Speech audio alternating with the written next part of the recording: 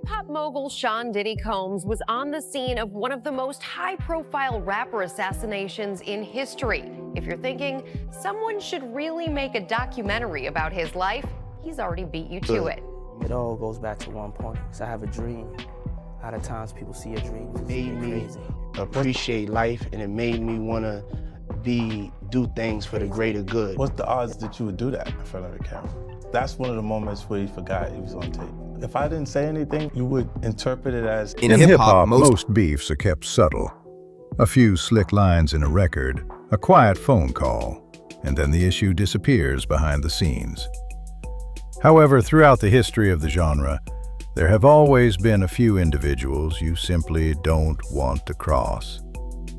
Some artists keep things low-key, while others approach things differently.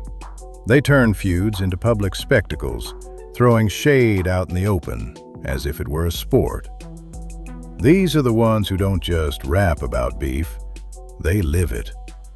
They pour energy into every conflict they engage with. And standing right at the center of all that chaos is none other than 50 Cent. He doesn't just confront his rivals, he thrives off the friction. Every feud he enters becomes headline material. I can't say that I can resolve a situation or beef with somebody that I can't stand this nigga. You understand what I'm saying? Like, this ain't WWF. It's not like I just got rap beef with this nigga. I don't like this little nigga. It shakes up the industry and keeps fans hooked on the drama. Most people already know that 50 Cent didn't just have beef with Ja Rule. He helped derail his career when it was at its peak. Their clash became one of the most unforgettable feuds in hip-hop history. It hit so hard that the phrase, "gettin' Ja ruled," started circulating as slang, meaning when a rapper is completely dismantled in a battle. When someone gets lyrically wiped out, or their reputation is dragged through the mud beyond repair, people say they got Ja ruled. That's how far 50's impact reached. He didn't just win a feud, he changed how people talked about these conflicts. And 50 Cent is no stranger to controversy. He'll go after anyone if there's tension, even his own family. When things went south between him and his son, Marquise Jackson, 50 didn't hold back. I know what it feels like to have nothing, all right? And have to rebuild my life over $600-700 a month. He's been trained to believe what you seen him say in that interview when I said that he's entitled. Really, it's his mom's entitlement that's been filtered. He publicly called him a crybaby and accused him of just wanting a handout. Fans were stunned because most people would never take family drama to that level. But with 50, even personal issues can become another headline. It showed that when he's angry, no one is off limits, not even his own blood. But now, 50 Cent might have just made his boldest move yet. And this time, it's aimed straight at one of his longest-running and most influential rivals. We're talking about Sean Combs, also known as P. Diddy or Puff Daddy. Once celebrated as one of the biggest power players in music and business, Diddy's name carried serious weight. He was seen as a symbol of success and control in America's entertainment scene. But lately, everything has flipped upside down. To reflect on the darkest times in your life, sometimes you gotta do that. I was fucked up. His reputation has taken a brutal hit, with stories and accusations swirling around him non-stop. And 50 Cent has been watching, waiting, and then striking at the moments that land the hardest. This has helped turn Diddy's public downfall into one of the biggest sagas hip-hop has seen in years. All of this has shattered Diddy's once spotless image. His reputation isn't just damaged, it's been completely torn apart. We have to find somebody that'll work with us, that has dealt in the dirtiest of dirty business. We're losing. The man who was once praised for his business empire and flashy lifestyle is now surrounded by controversy. The shine he once had seems to be fading fast. Many people have tried to break down Diddy's fall through shows and interviews. There's been an endless stream of documentaries spilling details about lies, betrayals, and the wild lifestyle that's been discussed for years. Some projects dug into stories so outrageous they sounded unreal. Secret feuds, strange habits, and the kind of rumors that keep fans talking for weeks. But none of them are being talked about like the latest 4-part Netflix series that's got everyone buzzing, titled Sean Combs: The Reckoning. This documentary was executive produced by 50 Cent himself. If Sean Combs watches this, what do you think he's going to feel? Like, wow, this is amazing. I think he's gonna say this is the best documentary I've seen in a long time. That event later became a major turning point. It shaped his image as one of the toughest and most unshakable figures the rap game has ever seen. That near-death experience didn't just change 50's life, it reshaped everything about him. It left a lasting mark on his voice, giving him that deep, gritty tone fans instantly recognized. It also shifted his style and presence, turning him into a symbol of survival and strength. From that point on, 50 Cent wasn't just a rapper. He became a cultural legend whose story inspired millions. Be shot. Is it a physical feeling? Yeah, it doesn't hurt as much as people imagine it hurts because of your adrenaline and how the shock of what's actually going on. It hurts after. That event later became a major turning point. It shaped his image as one of the toughest and most unshakable figures the rap game has ever seen. That near-death experience didn't just change 50's life, it reshaped everything about him. It left a lasting mark on his voice, giving him that deep, gritty tone fans instantly recognized. It also shifted his style and presence, turning him into a symbol of survival and strength. From that point on, 50 Cent wasn't just a rapper. He became a cultural legend whose story inspired millions. Okay, we'll wait. You can pray for a miracle. What's wrong? The voice don't sound the same. It's better. It's got more pain in it. By the early 2000s, 50 Cent finally crossed paths with Diddy. That meeting opened up a whole new layer to their history, at least according to 50. During that time, he claims he was ghostwriting for Puff. He says he was crafting lines and hooks behind the scenes that later made their way into Diddy's work. This wasn't just a random story either. It's a claim that's been echoed publicly more than once. Former Bad Boy and Def Jam rapper Shine has backed up parts of 50's story in public. It's one of those moments that made people look at their connection differently. Come to the tough guy and a hardcore rapping, you can't do that. Like, when I met him, he was writing raps for Diddy on Forever, right? And this is after he got poked up. This is after Gotti and them poked him up in the Hit Factory, and he ran to the cops and he got an order protection. And he was walking around with a police. NYPD was holding him down. Swear to God. He was in Daddy's house, in the lounge, and he had security, and he ain't sold one record. Before all the tension, there may have been real creative crossover between them. Now, here's where things start getting messy. Shine, who later had his own issues with 50 Cent, even called him a federal informant at one point. But back when they first crossed paths, 50 was still mostly known around New York. Meanwhile, Shine was one of Diddy's key artists under Bad Boy Records.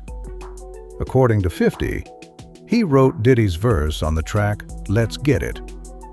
He later pointed to it on his Guess Who's Back mixtape in the song Not Like Me.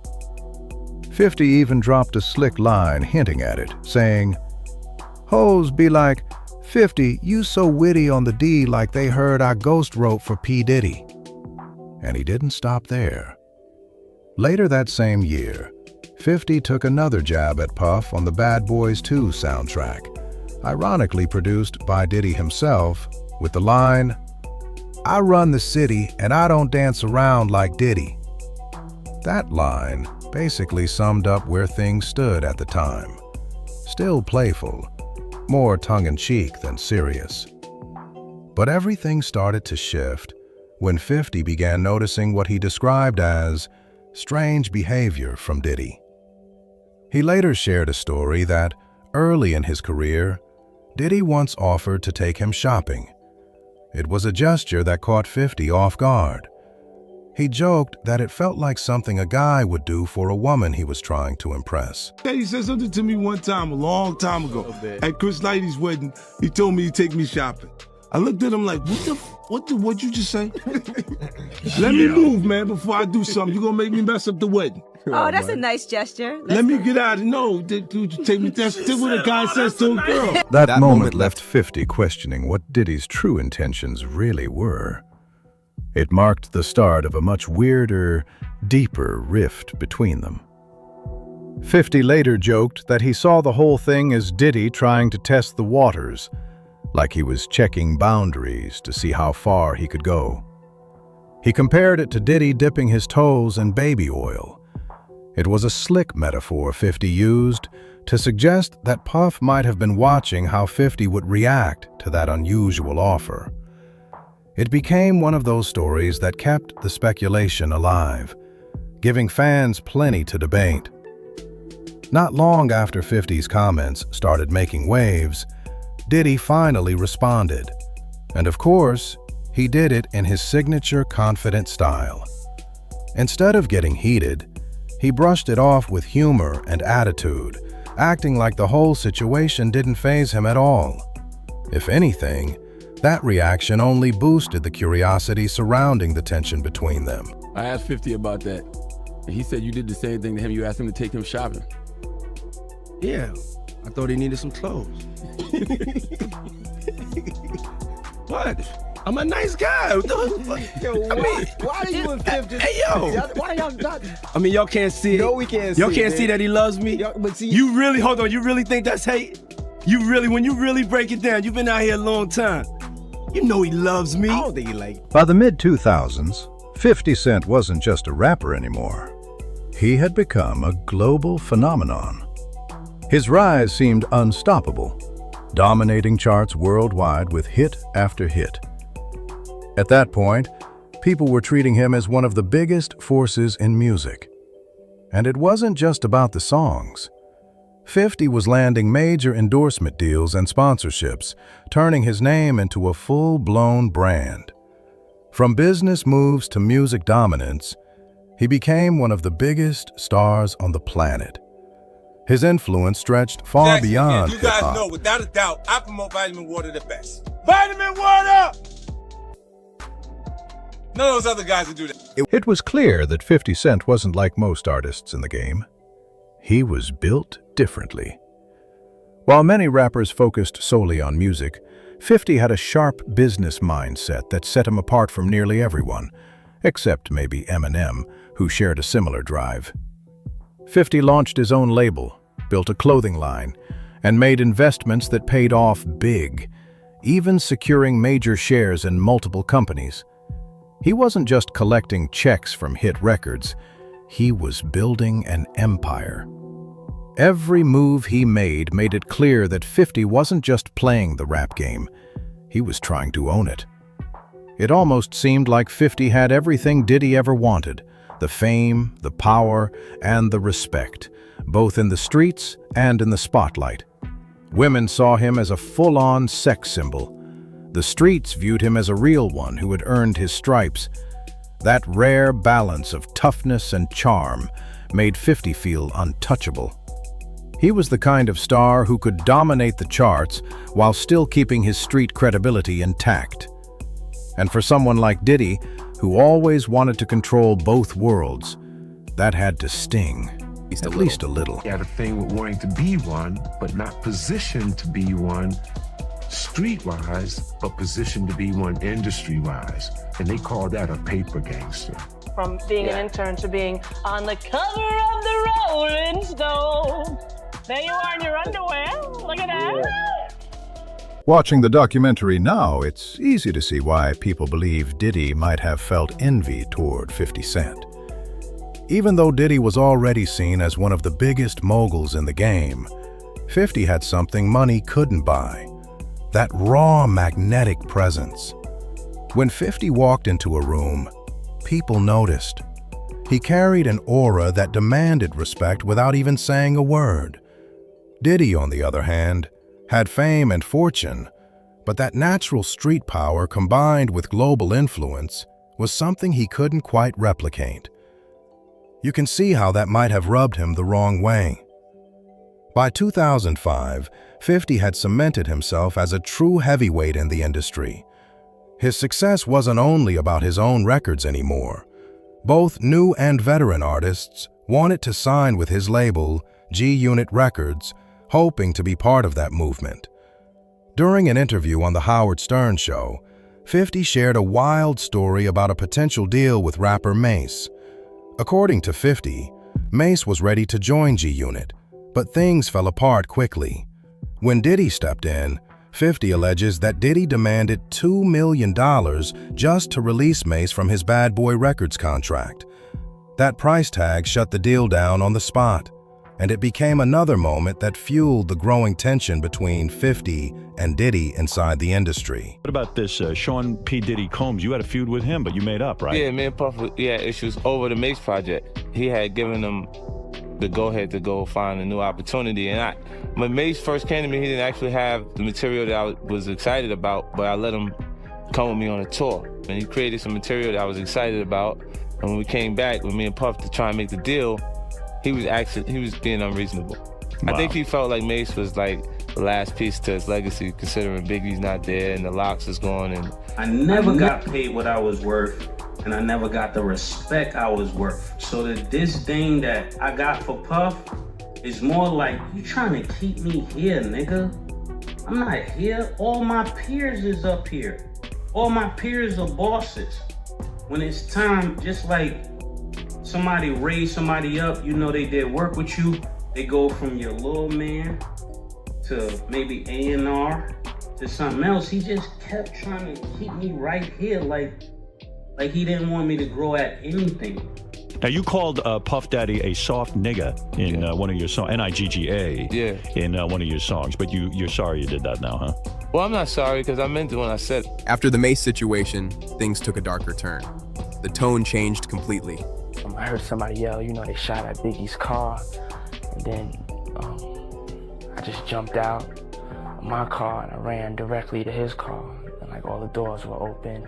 50 Cent stopped holding back and went all in, amplifying long-running rumors that tried to connect Diddy to what happened to the notorious B.I.G.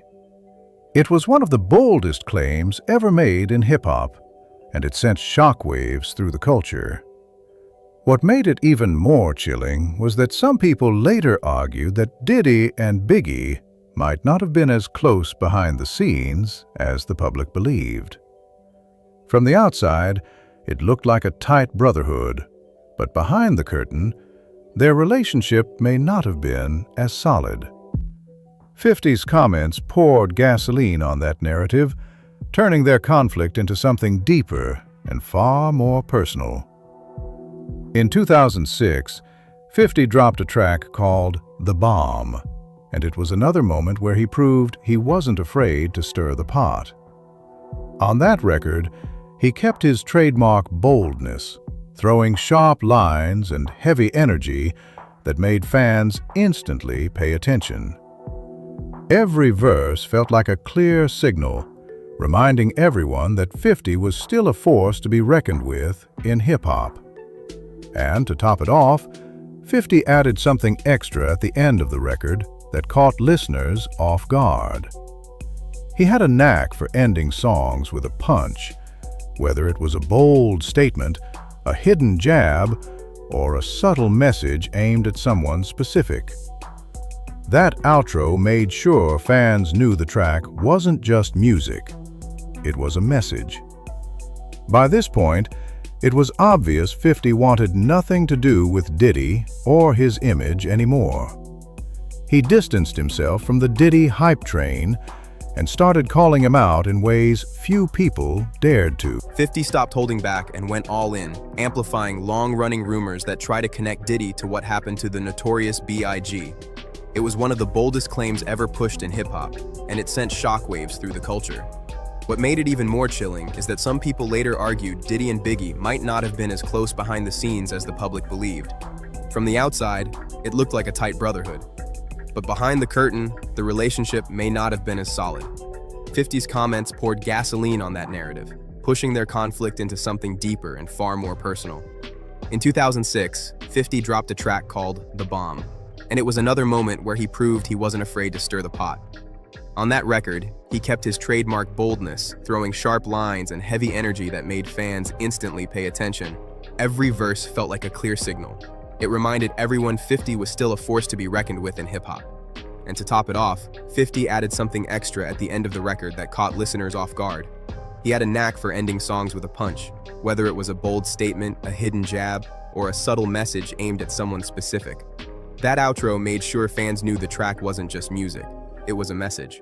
By this point, it was obvious 50 wanted nothing to do with Diddy or his image anymore. He distanced himself from the Diddy hype train and started calling him out in ways few people dared to.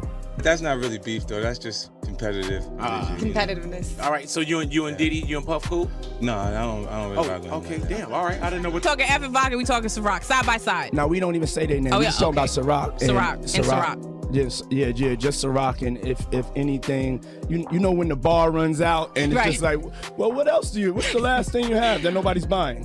Yeah, that right there.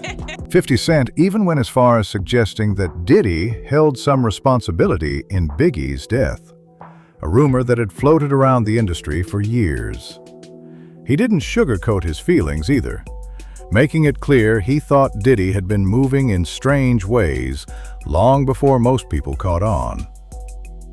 Looking back now, it feels like 50 was way ahead of his time, almost 2 decades early in spotting cracks in Diddy's public persona. Meanwhile, others were still trying to stay in Diddy's good graces, showing up to parties and playing along with his flashy lifestyle. From there, 50 stayed in the shadows, cooking up diss tracks and planning his next strategic move. The feud even spilled into the business world, with both of them going head-to-head over vodka.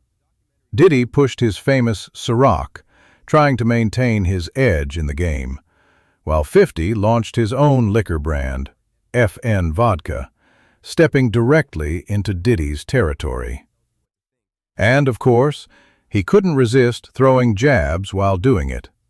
He started calling Ciroc Diddy's prized brand, Puffy Juice, mocking both the name and the image Diddy built around it. The nickname caught on fast.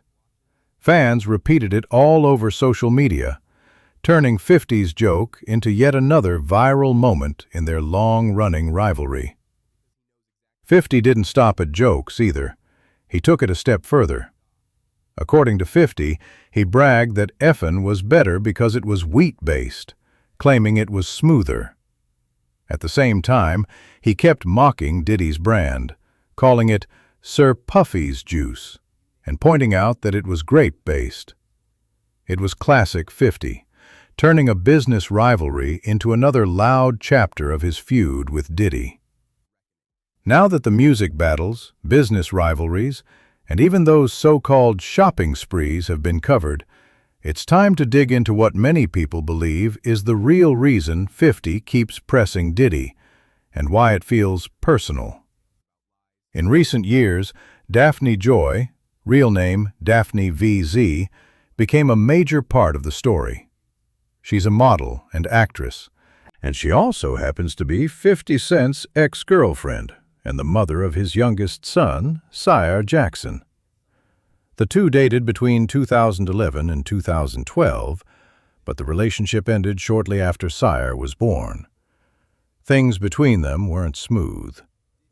Their split involved accusations of domestic disputes and property damage, though the domestic abuse charge was later dropped.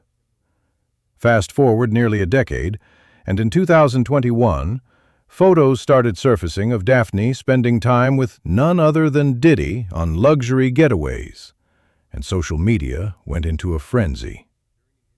That's when 50 kicked off one of his most ruthless trolling streaks. He posted a photo of Diddy and Daphne together with the caption, "Nah, me and Puff fight over business. If he liked the girl, he liked the girl. I don't care." But he didn't stop there. Not long after, 50 shared another post. This time, a photo of himself with their son, Sire, joking, "Oh, snap, that's your mommy over there with Puffy. These women be wild." It was pure 50. He turned a personal situation into viral entertainment while keeping his rivalry with Diddy loud and alive. The fuck with Diddy? No, that was ahead of the thing with Daphne or whatever like that. But y'all, man, I ain't kissed in the mouth in 10 years, man. Somebody got to kiss him. By this stage, 50 Cent had been side-eyeing Diddy's behavior for over 2 decades, convinced that something about him was off. So even though 50 publicly played it cool, acting like he didn't care about Diddy and Daphne, deep down, it had to sting. Imagine seeing the mother of your child spending time with the same man you've been calling out for years, your arch rival. That's not just awkward. That's personal on a completely different level. Even for someone as unshakable as 50, watching that unfold had to hit hard, especially considering how long he's viewed Diddy as someone he can't stand or trust. Things escalated even more when the Diddy files started circulating. In March of the previous year, music producer Rodney Jones filed a lawsuit against Sean Diddy Combs, making allegations of sex trafficking and describing disturbing claims about what allegedly happened behind the scenes. In that lawsuit, Daphne Joy was named as one of several women who were reportedly receiving monthly payments from Diddy, allegedly to help recruit others into his circle. These are allegations in a civil filing, and the situation has remained legally contested in the public conversation. Still, when the news broke, 50 wasted no time jumping back into the chaos, and his reaction was classic 50. He went online and unleashed a storm of posts aimed at Diddy and Daphne with full force. One of the comments that went viral read, "I didn't know you as a sex worker, LOL. Your life's a movie. You moved a mile away hoping to have another baby with me, but I was busy, so you went back and started getting money from Brother Love." And he didn't stop there either.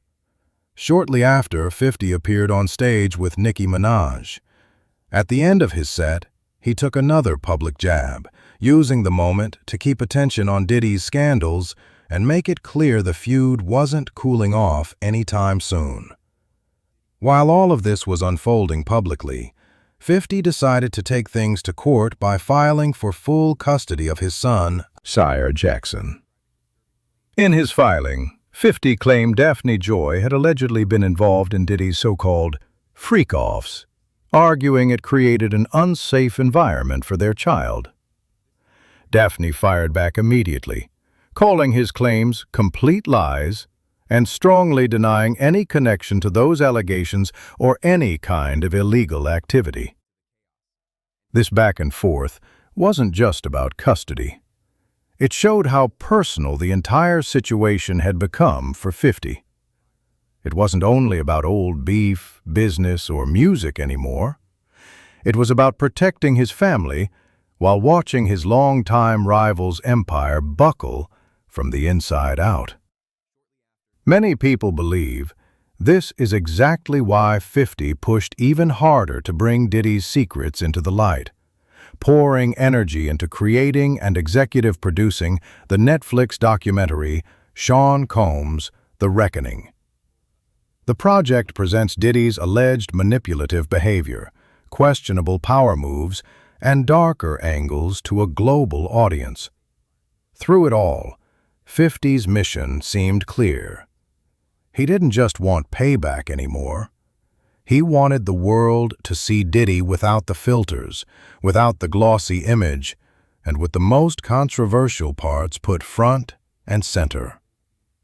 50 didn't just attach his name to the documentary, he actively helped bring it to life.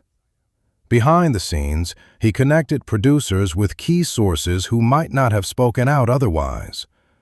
Many of these insiders had stayed quiet for years, worried about the fallout that could come from exposing Diddy's world. But with 50 backing the project, they felt safer. That cosign gave their stories weight and credibility, showing how invested 50 was, and making sure every hidden detail finally surfaced. For years, people laughed at the jokes about baby oil and the rumored freak-offs, thinking it was just 50 clowning around. But what many didn't realize was that those stories were only scratching the surface. The documentary pulls back the curtain on 3 decades of alleged manipulation, power moves, and betrayal tied to Diddy's rise. It presents claims that he built his empire by stepping on people along the way, allegedly backstabbing countless figures who helped him climb. And the most disturbing part, even the notorious B.I.G., the man the public believed was his closest friend, has been included in rumors about betrayal. The revelations paint a darker, colder picture of Diddy's legacy than many fans ever expected. That part of the story still stands out as one of the most brutal angles in entertainment discussion.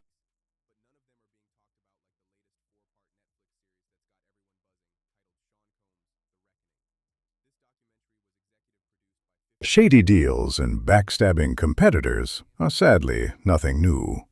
It happens all the time. But allegedly turning on your top artist and someone the world believed was your best friend? That hits different.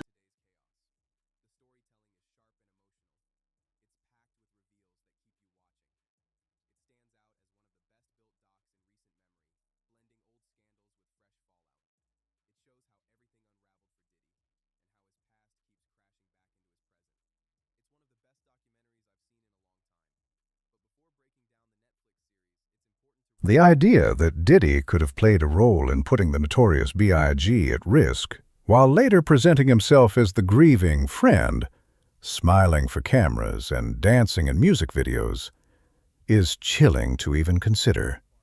Especially when you remember how much he was associated with the East Coast versus West Coast tension. A feud that changed hip-hop forever and ended in tragedy, if the claims are true.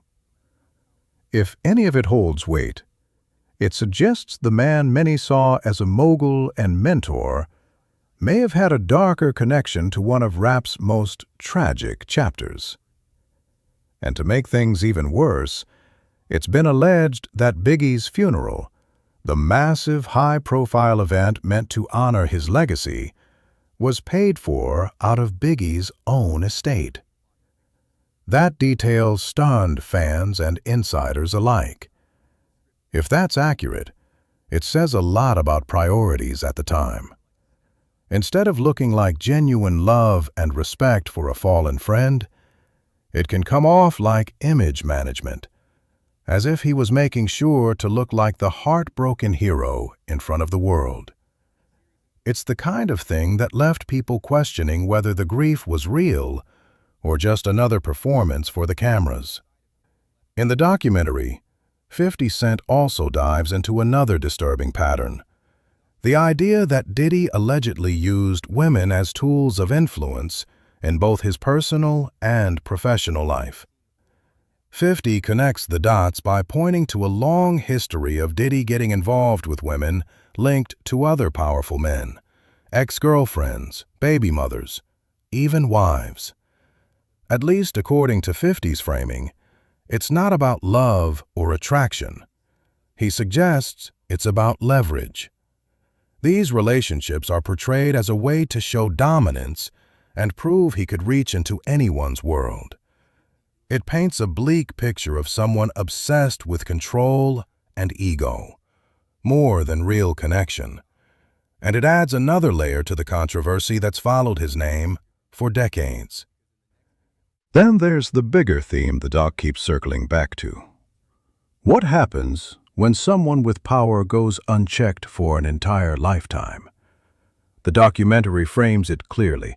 A man surrounded by power, money, and yes men for so long that he started to see himself as untouchable. I'm witnessing Jesus walking on water, you know what I'm saying? Or Jesus having a breakthrough, you know what I'm saying? Because I can only compare myself to the Son of God. At one point, the series even presents him comparing himself to Jesus Christ, as if public criticism and personal struggles were on that level. That moment alone says a lot about how far the ego may have spiraled. It's not just arrogance, it's the belief that consequences don't apply. And that mindset explains a lot of the chaos surrounding his name today.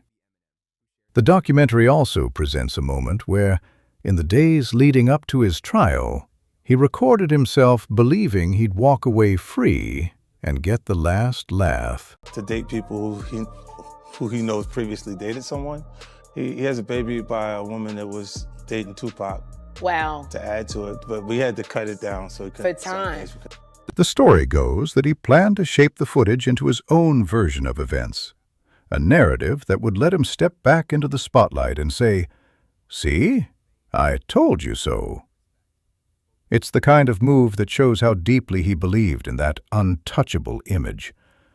Instead of preparing for accountability, he was already plotting a victory story. He was convinced the world would keep cheering him on. But this time, the script didn't go the way he expected. That footage ended up looking less like confidence and more like a snapshot of how far the ego had gone. What was meant to be Diddy's comeback arc ended up becoming the collapse of his image instead of a resurrection.